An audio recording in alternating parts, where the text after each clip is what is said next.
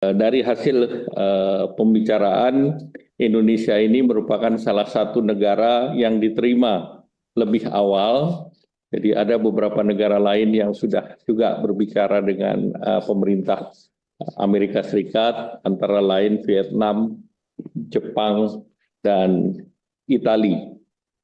Nah, tentunya pembahasan ini guna mendiskusikan opsi-opsi yang ada terkait kerjasama bilateral antara Indonesia dan Amerika Serikat, yang kita berharap bahwa situasi daripada perdagangan yang kita kembangkan bersifat adil dan berimbang.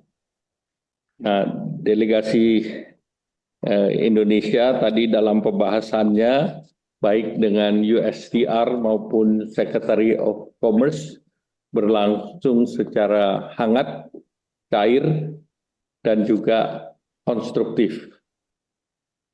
Dari pembahasan tadi ada beberapa hal yang diusulkan oleh Indonesia seperti yang sudah disampaikan di dalam surat resmi, bahwa Indonesia akan meningkatkan pembelian energi dari Amerika Serikat, antara lain LPG, kemudian juga crude oil dan gasolin.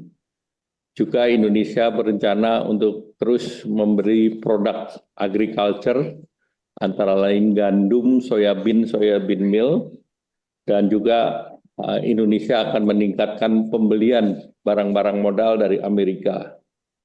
Kemudian Indonesia juga memfasilitasi perusahaan-perusahaan Amerika Serikat yang selama ini beroperasi di Indonesia, dan tentunya ada hal-hal yang terkait dengan perizinan dan insentif yang dapat diberikan.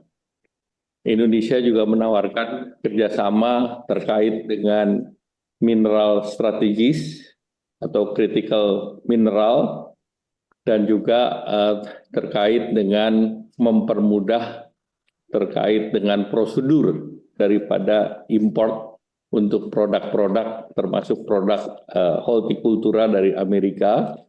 Kemudian seperti dalam kerjasama antar negara di sektor investasi, Indonesia mendorong agar investasi dilakukan secara business to business.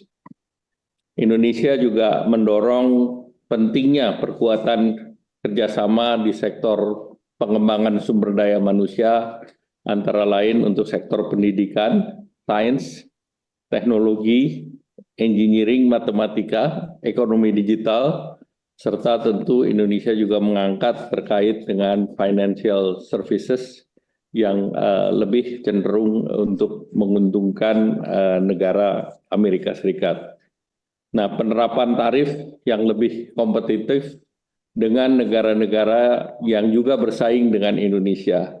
Saat sekarang untuk produk ekspor utama Indonesia seperti garment, alas kaki, tekstil, furniture, dan udang, itu menjadi produk yang Indonesia mendapatkan tarif biaya masuk lebih tinggi dibandingkan beberapa negara pesaing, baik dari ASEAN maupun non-ASEAN, negara Asia yang lain.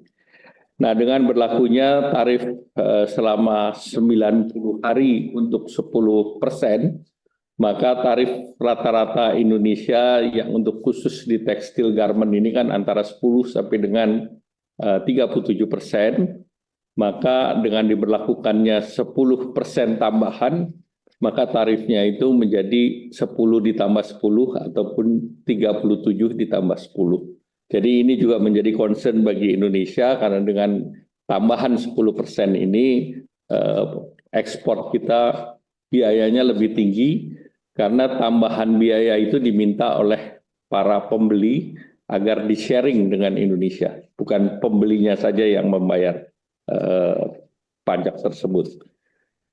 Nah, dalam pertemuan tersebut, Indonesia menyepakati dengan Amerika akan diberikan langkah-langkah lanjutan dengan tim teknis, baik dari USTR maupun dari Secretary of Commerce, dan ada yang